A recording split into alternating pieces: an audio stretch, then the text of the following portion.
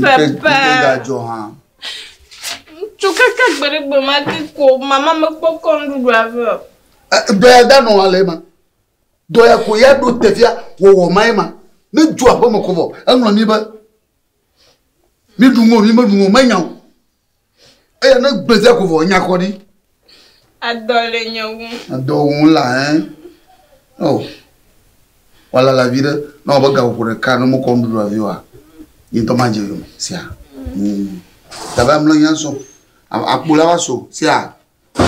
Mlo. Ago. Ama. Wezo. Baka motogwe. Mhogo. Mo ave masona mi. Ah, bo na kore mia. Yo, akpe. Ezare. Na zonire. Yo. Akpe. O akpe. O molu ko duna ho. Manu soda bi ko. Ah, molu eduna, nyama duna akpe. Ekma. Manu soda bi ko ko ka da akpe ya ji ka.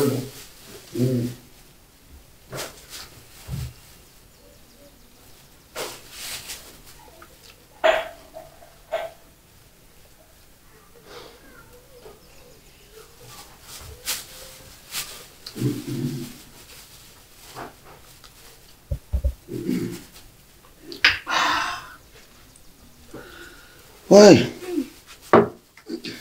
Dopo se. Lobo.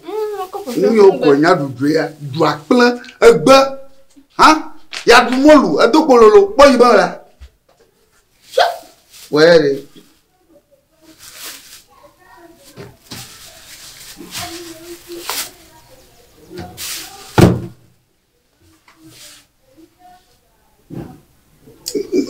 Ya ko nyomu ya wona ya. Ya ko nyomu ya wona iya. Black blood de ma. Poko manu chire sura biaja.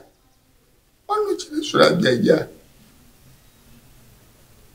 Yinzo we mo ba ji sura bi no. Mama ko chi anu. Ese ton pe bona. Ese to ma ko. To ma wo. Mo hey, mi akọ bu gbe Akọ Kwa Alanyida. Hey, Fati ma yasema. Bado mo yoma fa. Mo ba fa. Dogbo no bo duna nko amamle fu na gba.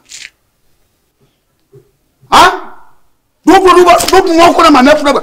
Na ko ya tiri no tire. To mi do akomale. Wa, wi tuga male ko wa. Ye to manya. Mo wo pe nyon ye se no po. Egomore, ye njo ko mala po mo ko so la bi nouveau kwa.